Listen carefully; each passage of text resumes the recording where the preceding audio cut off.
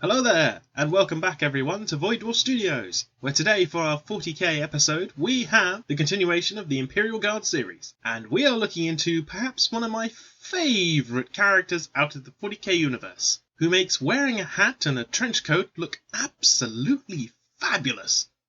They are the Commissars, the elite political officers of the Officio Perfectus. These dapper-looking ladies and gentlemen are essentially the military disciplinarians of the Imperial Guard, Astra Militarum to you new boys and girls out there, and it is their task to maintain the morale and order during massive campaigns where, well, Imperial Guard kind of tend to almost always suffer staggering numbers of casualties, and, well, you kind of need men and women around to make sure that people don't start asking awkward questions, like, do the commanders actually know what they're doing, and is chaos perhaps more worthwhile than this?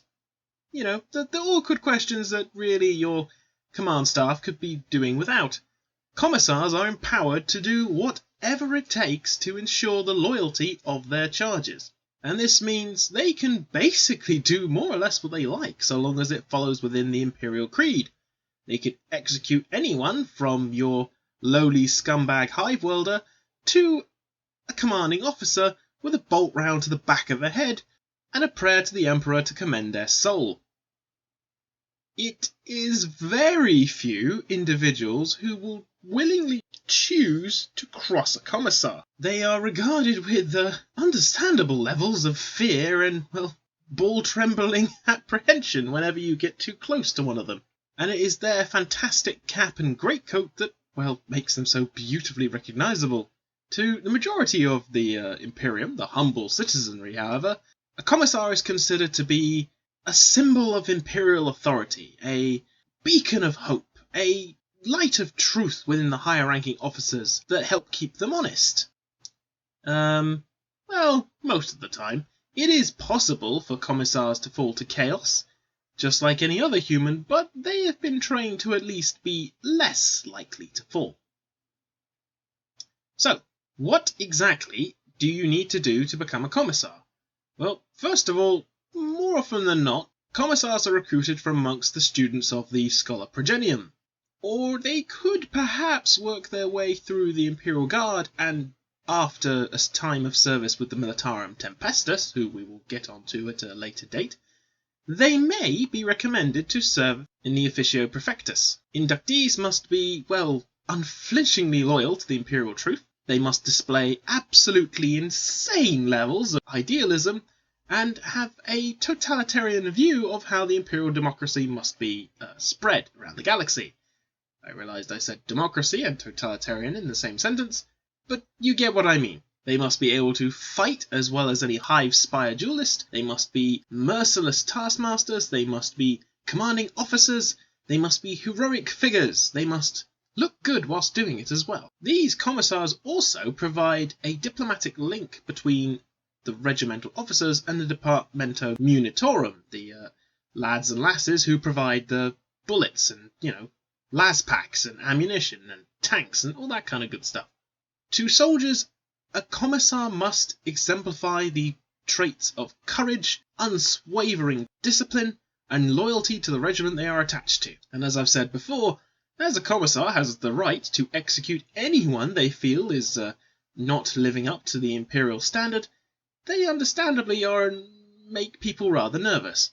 But it is also hoped that a commissar can provide a third-party view to a situation. This is often why commissars will be involved with planning particular attacks, campaigns, because they will have a different point of view. Whilst the Imperial Commander might be in it for political gains and for, trying to get the most out of it for their own personal glory, the Commissar was probably more likely to find a solution that's quicker, let's say. Or at the very least, it will be one that matches better to their own ideals. This is not necessarily a good thing, of course, but it does mean that there are more points of view around the command table which could potentially result in a better plan. Or at least one hopes.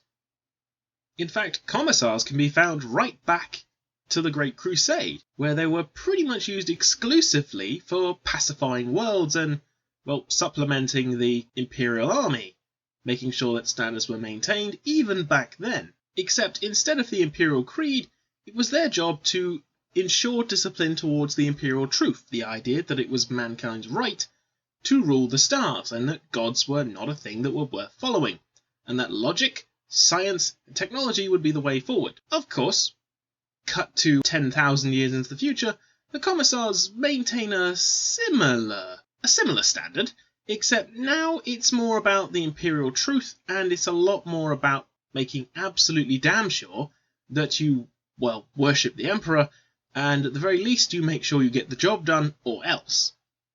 Oh, and Commissars are also fantastic when there are psychers around, because if a psyker feels they're about to, lose control of their powers, a quick bolt gun shell to the head, the Commissar weapon of office, usually, 9 times out of 10, is a fantastic way of ending those particularly horrible headaches.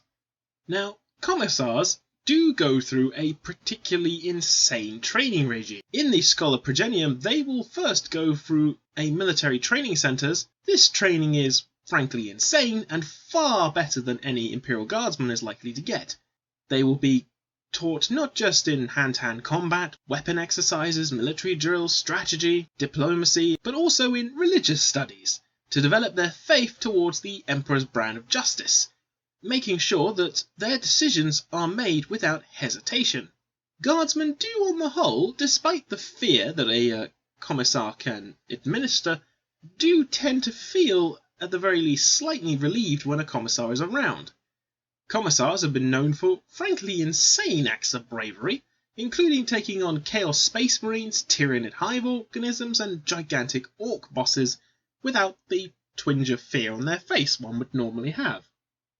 Although, of course, some Imperials do find that a Commissar's presence makes them more likely to get killed, because, if the Commissar decides to lead them into an insane situation, or refuses to allow them to retreat, really your only choice is to die by the enemy or die by the Commissar.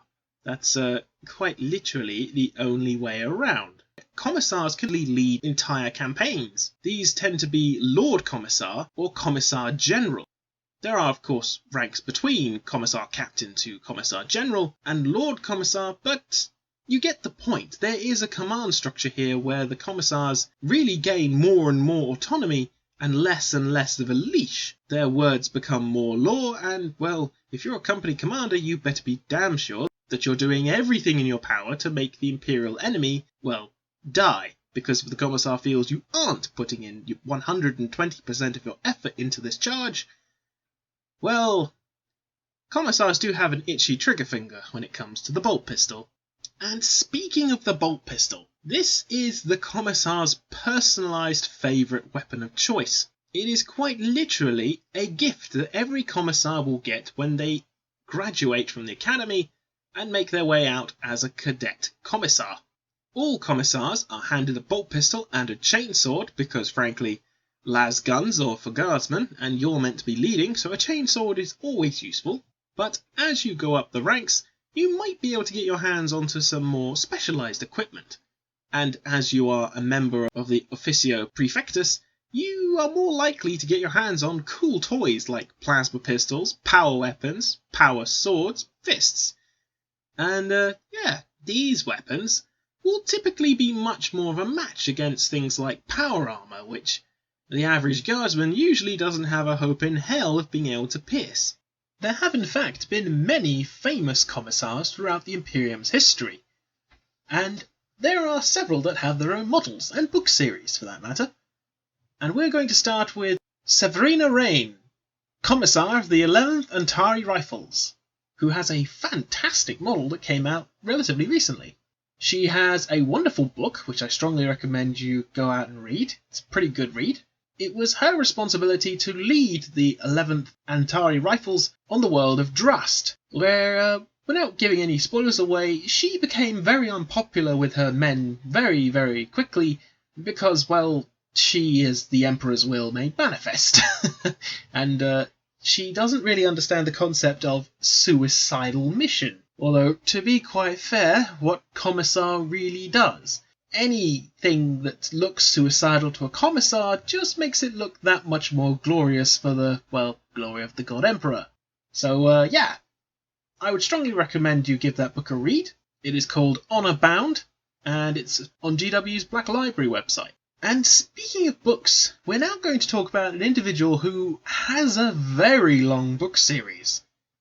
Ibram Gaunt, the most brave commissar the Imperium have ever heard of. He is absolutely amazing. He is the commander of the long-running book series Tanith First and Only, also known as Gaunt's Ghosts.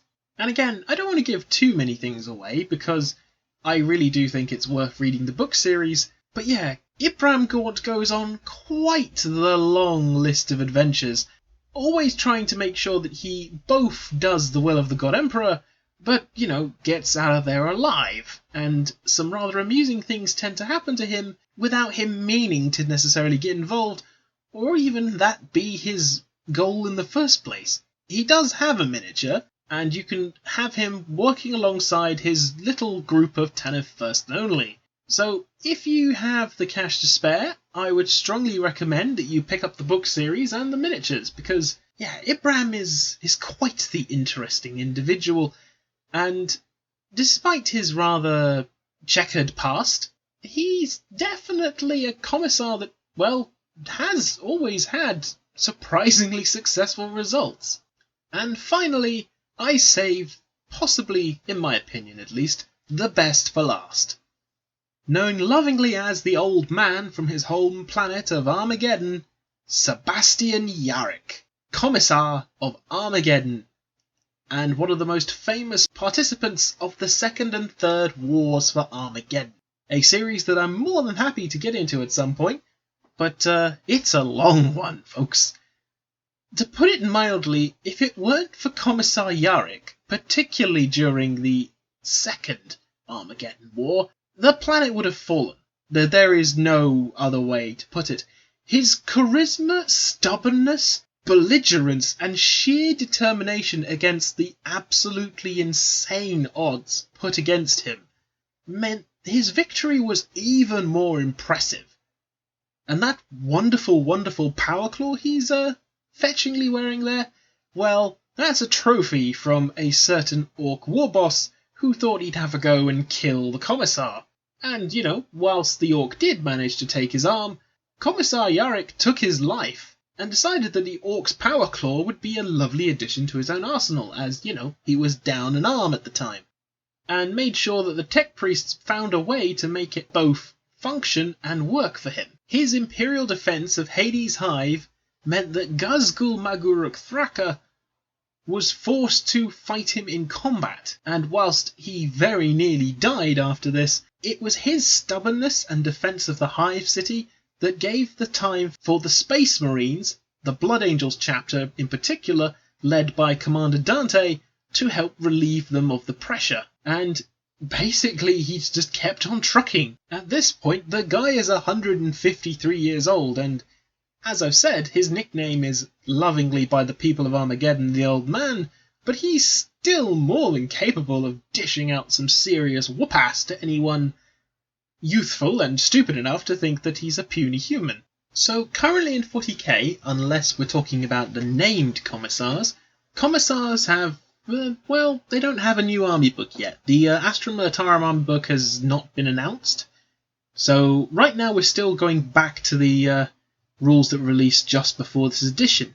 Essentially, the difference between a Commissar and a Lord Commissar is the Lord Commissar is your HQ choice, a Commissar is an elite.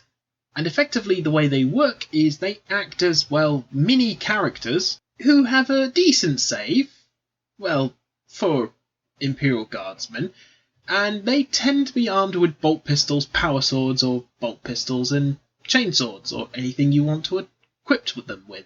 But the main thing they do is the rule known as Aura of Discipline and Summary Execution.